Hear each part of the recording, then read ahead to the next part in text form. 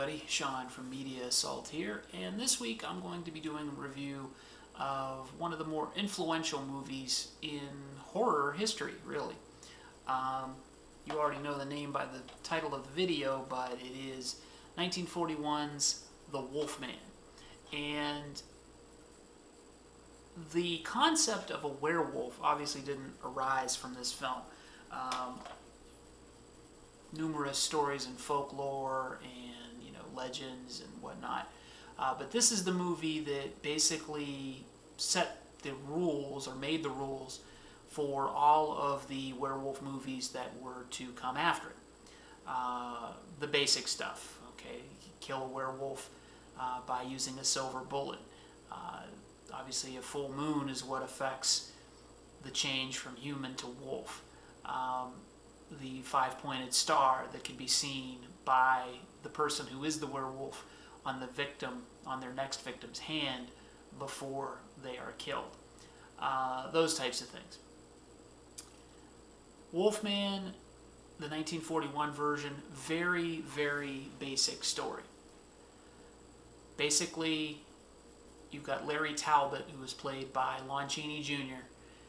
He's estranged from his father. He comes back to England from America after 18 years, makes peace with his father after the death of his brother.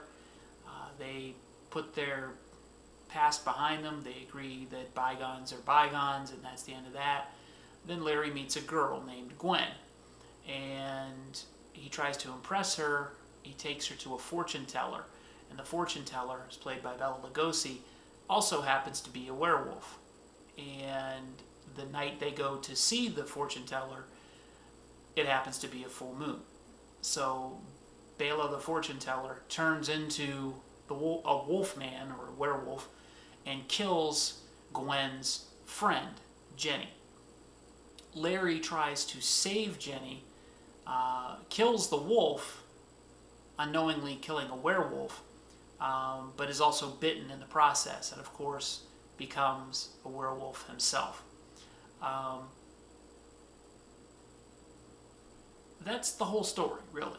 Basically, the only other thing that happens is he has to come to terms with the fact that he is, in fact, a werewolf, overcome the disbelief that such things exist, and then deal with the fact that people who deal in reality think he's just crazy and that he thinks that he's a werewolf. He is not really a werewolf.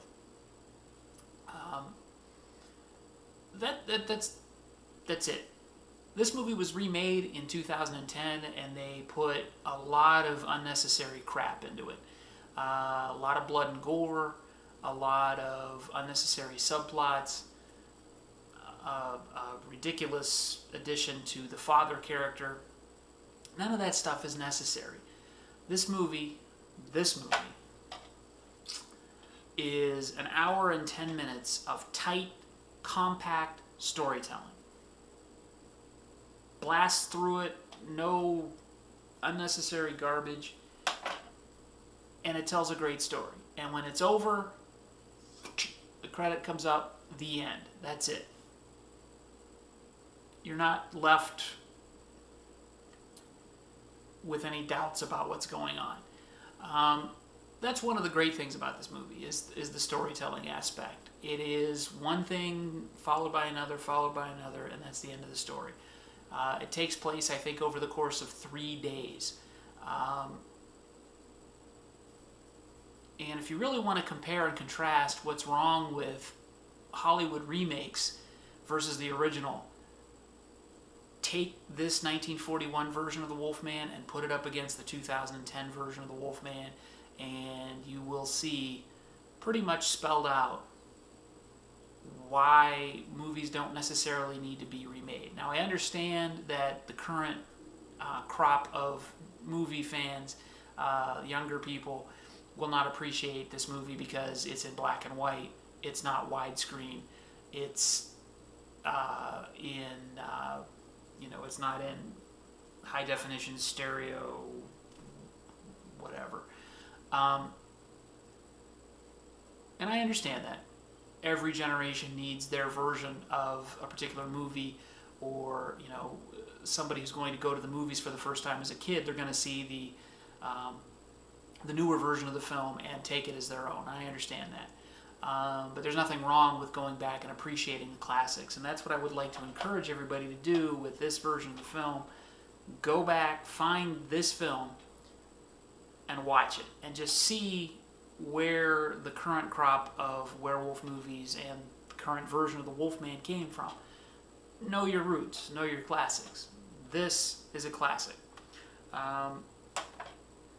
And although it is one of the better werewolf movies, it's not my favorite werewolf movie. And this movie is the one that I latched onto when I was a kid.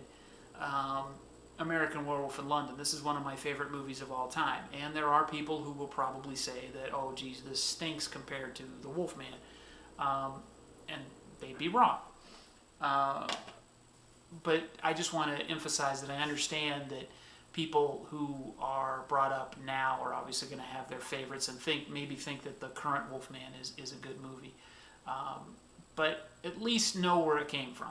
Go see, or go find, I'm not sure you're going to find the Wolfman, the 1941 version in the theater. If you did, definitely take that experience and take the opportunity to do that. But more than likely, you're not going to see this movie in a theater. So get it on DVD and just see where most werewolf movies came from. Lon Chaney Jr.'s performance, while it's a little bit over the top, it's really, really good. Bela Lugosi, who of course most people know as Dracula, is in this movie as Bela the Fortune Teller. He's in it for about 5 minutes, but he's good. Claude Rains is in it. He is really good and really effective as the father.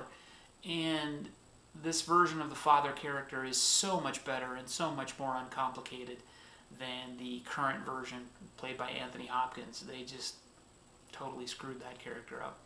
I don't know. I feel like I'm just rambling, telling you how great this movie is. Why is it so great?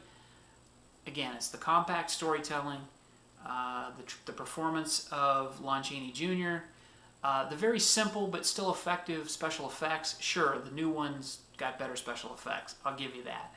This movie can't compete with Rick Baker's makeup effects and the use of CGI.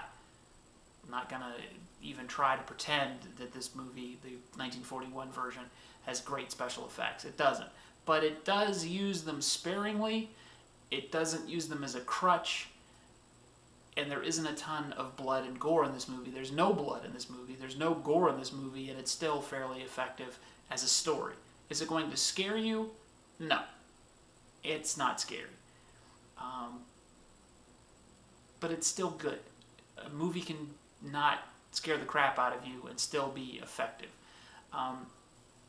So there you have it. See The Wolfman, if only for educational purposes, just to know where the current crop of movies come from.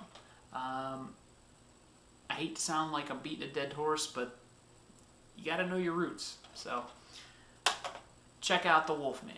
And while you're checking things out, don't forget to check out the rest of my videos here on YouTube, Media Assault channel, and of course my website at media-assault.com on the internet.